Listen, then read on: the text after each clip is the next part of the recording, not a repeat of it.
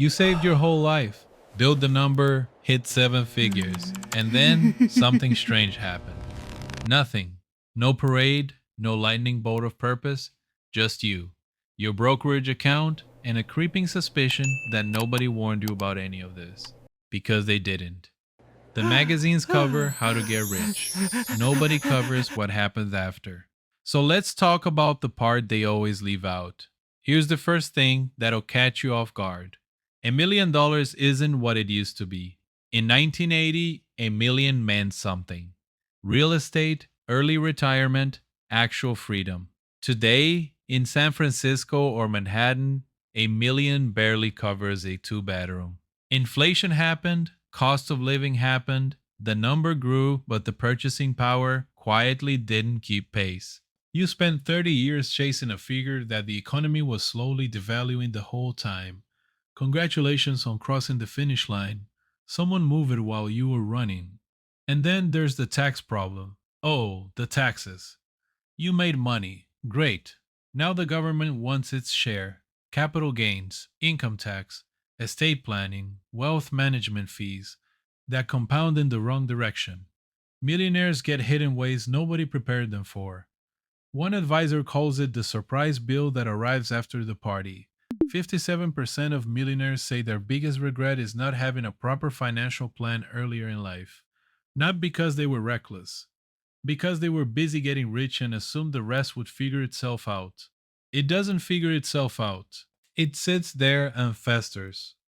There's also the psychological shift that happens when you switch from building wealth to managing it. The skills that got you to seven figures aren't the same skills that preserve seven figures. Discipline and hustle and risk taking worked on the way up.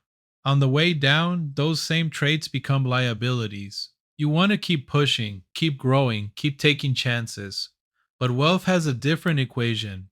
It rewards patience over aggression, diversification over conviction, and boring decisions over exciting ones. This is why so many self made millionaires struggle with advisors and never fully trust the conservative recommendations. They're still operating from the framework of the hungry person. And that hunger doesn't just switch off. Now let's talk about the psychology. Because this is where it gets genuinely uncomfortable. There's a study from the Journal of Personality and Social Psychology.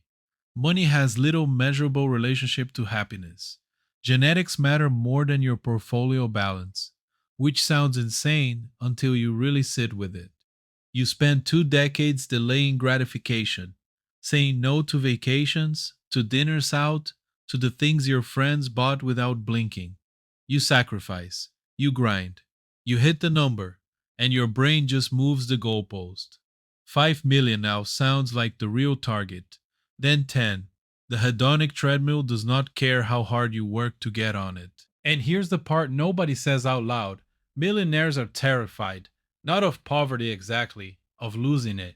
Self made wealthy people have watched money appear from nothing.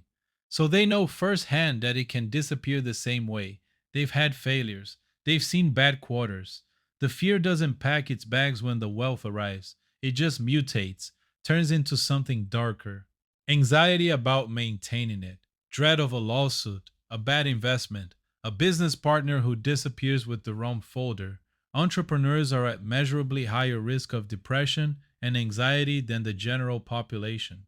Bold, creative, competitive. Turns out those same wiring patterns don't go quiet just because the account clears seven figures. They just find new things to run hot about. Warren Buffett still lives in the same Omaha house he bought in 1958.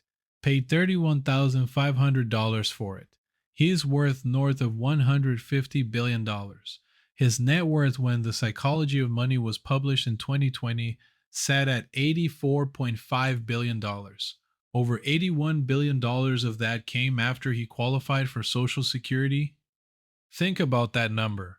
The most successful investor alive built 96% of his entire fortune after age 65.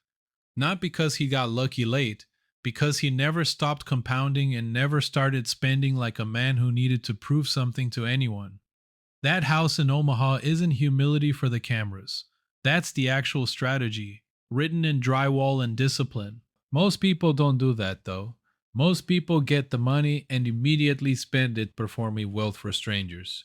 Bigger house, better neighborhood, the car that signals you've arrived, and suddenly the million is gone or stretched thin, maintaining the image of still having it. The ultra rich lifestyle, full staff, private travel, security, the entire production costs between $10 million and $30 million a year just to sustain comfortably.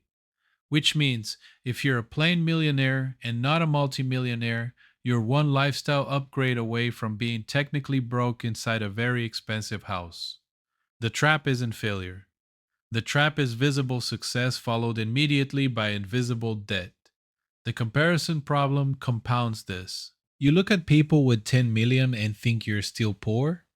You look at your neighbor's car and assume you need one. Wealth surrounded by greater wealth always feels inadequate, no matter the actual number in the account. Here's the quiet truth sitting at the center of all of this: real wealth is invisible by design.